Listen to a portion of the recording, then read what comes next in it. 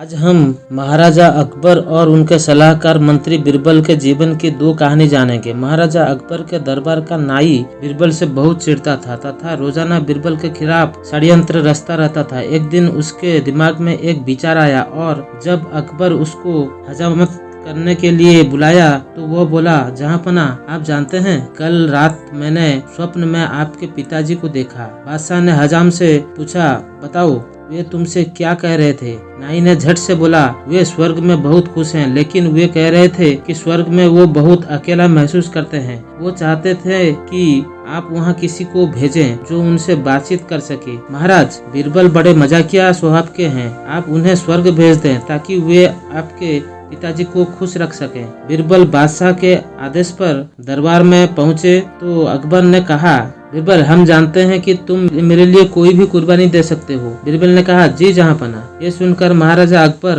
कहा, ठीक है, तो फिर हम चाहते हैं कि तुम स्वर्ग में जाकर मेरे पिताजी का साथ दो, क्योंकि वहाँ पर उन्हें बातचीत करने वाला कोई नहीं है। बीरबल ने कहा, ठीक है, लेकिन मुझे तैयारी के लिए कुछ समय चाहिए। मुगल बादशाह फूले नहीं समाये और बोले, ठीक है, तुम मेरे लिए इतना बड़ा बलिदान दे रहे हो तो मैं तुम्हें 1 सप्ताह का समय देता हूँ। बीरबल घर पहुँचा और अपने घर के सामने एक गहरा खड्डा खोदा जो उसकी कब्र का कार्य करेगा, लेकिन साथ ही साथ उसके नीचे एक सुरंग खोदी जो कि उस गड्ढे से जाकर उसके घर के अंदर खुलती थी। 1 सप्ताह बाद बीरबल दरबार में पहुंचे और बोले, जहाँपना, हमारे रिवाजों के अनुसार मैं चाहता हूं कि मुझे मेरे घर के सामने ही जमीन के अंदर जिंदा गाड़ दिया जाए, ताकि मैं अपने जीवन के आखिरी वक्त अपने घर के सभी सदस्यों को जी भर के देख लूं और आसानी से स्वर्ग तक पहुंच सकूं। बीरबल को उसके घर के सामने जीवित गाड़ दिया गया। ये देखकर हजाम की खुशी का ठिकाना नहीं रहा। बीरबल अपनी बनाई सुरंग द्वारा घर में पहुंच गया और घर में ही 6 माह छुप कर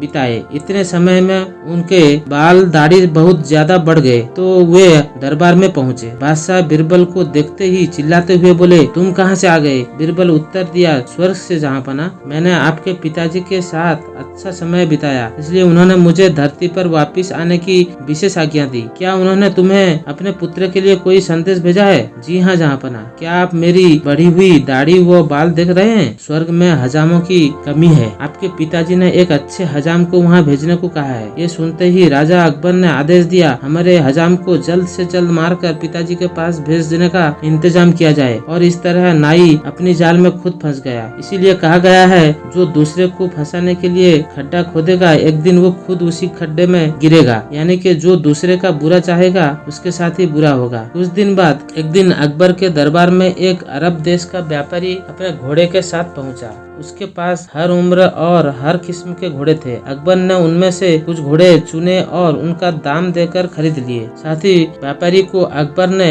कुछ और उम्दा किस्म के बेहतरीन घोड़े लाने को कहा। व्यापारी राजी हो गया और बादशाह से 2 लाख रुपए एडवांस के तौर पर मांगे। अकबर ने तुरंत खजांची को रकम देने का हुक्म दिया तथा व्यापारी जल्दी ही वापस आने का वायदा करके पैसे लेकर चला गया। और इस तरह काफी दिन गुजर गया, लेकिन व्यापारी नहीं आया। एक दिन अकबर ने बीरबल को मूर्खों की एक सूची तैयार करने को कहा। बीरबल ने उत्तर दिया, बादशाह सलामत, वो तो मैंने पहले ही तैयार कर ली है। अकबर सूची में सबसे ऊपर अपना नाम देखकर क्रोधित हुए और बीरबल पर चिल्लाकर बोले, तुम्हारी हिम्मत कैसे हुई इस मूर्खों की सूची में बादशाह का नाम सबसे ऊपर रखने की? बीरबल ने उत्तर दिया, बादशाह, आपने कुछ दिन पहले एक व्यापारी को 2 लाख रुपए बिना सोचे समझे दे दिए। क्या पता वो व्यापारी घोड़े लेकर आएगा या नहीं, इसलिए मैंने इस सूची में आपका नाम सबसे ऊपर लिखा। अकबर ने कहा, और अगर व्यापारी घोड़े लेकर आ जाता है तो? फिर बीरबल उत्तर दिया, जहाँपना, तब मैं आपके नाम की जगह उसका नाम डाल दूंगा। अकबर को महसूस हुआ कि उन्होंने